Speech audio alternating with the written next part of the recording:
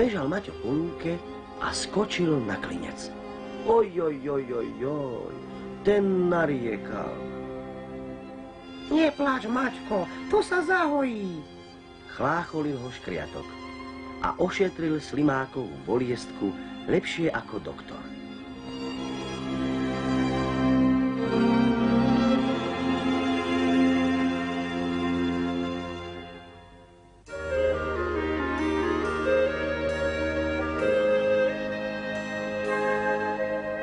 Do úst mu vstriekol šľahačkovú injekciu. Aby si náhodou nedostal otravu krvi.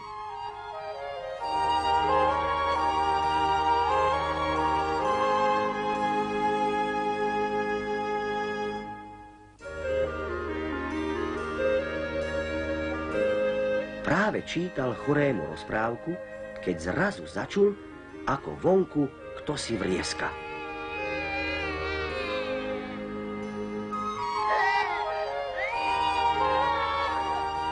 Ty iba pekne lež, Maťko.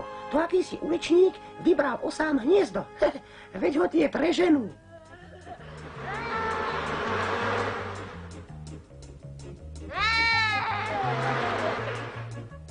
V tomví chalúbke čo si zaprašťalo, ako pri zemetrasení. Ten uličník nám preboril strechu, že sa nehambí šliapať po chorom.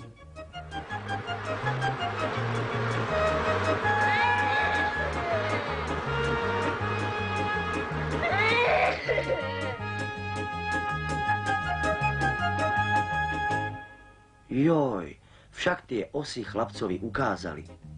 Ostal ležať v tráve, sotva lapal dych. Aj my mu pridáme jedno žihadlo do podošvy za tú preborenú strechu, povedal Klinček.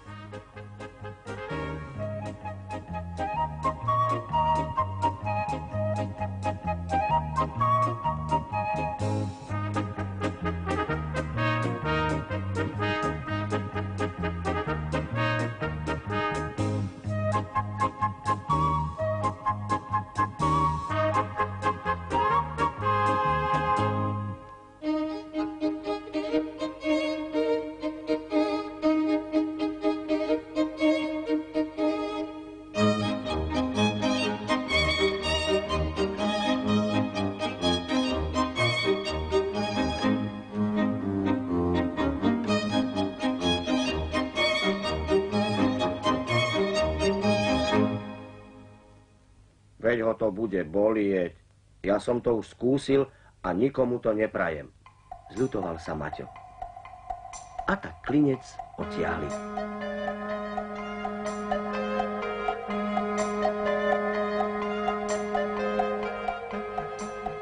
Chlapec sa zdvihol. Zbadal klinec a chcel si ho vziať. Iba že sa mu nevošiel do vrecka. Preto povyberal všetky svoje poklady a niečo z nich vyhodil.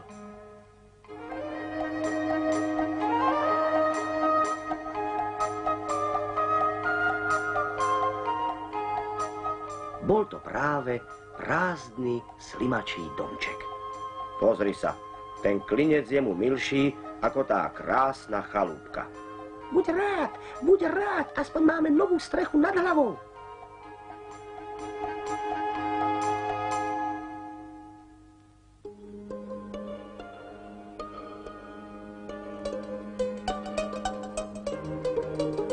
Tak sa mi vidí, Klinček, že v tej chalúbke straší.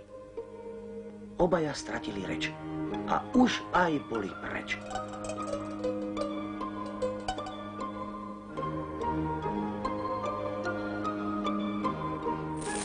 V chalúbke sa čosi gúľalo, potom to cinklo ako v rozprávke a vypadla z nej dúhová gulivočka. Jej, ako žiari, pozri sa, Maťo.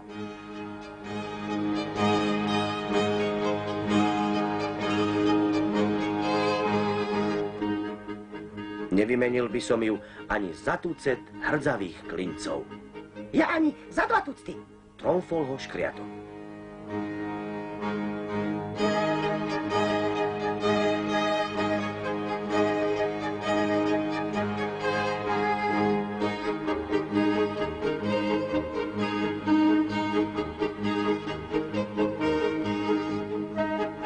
sa obaja radovali, že nepichli chlapcovi klinec do nohy, ale že ho nosí vo vrecku.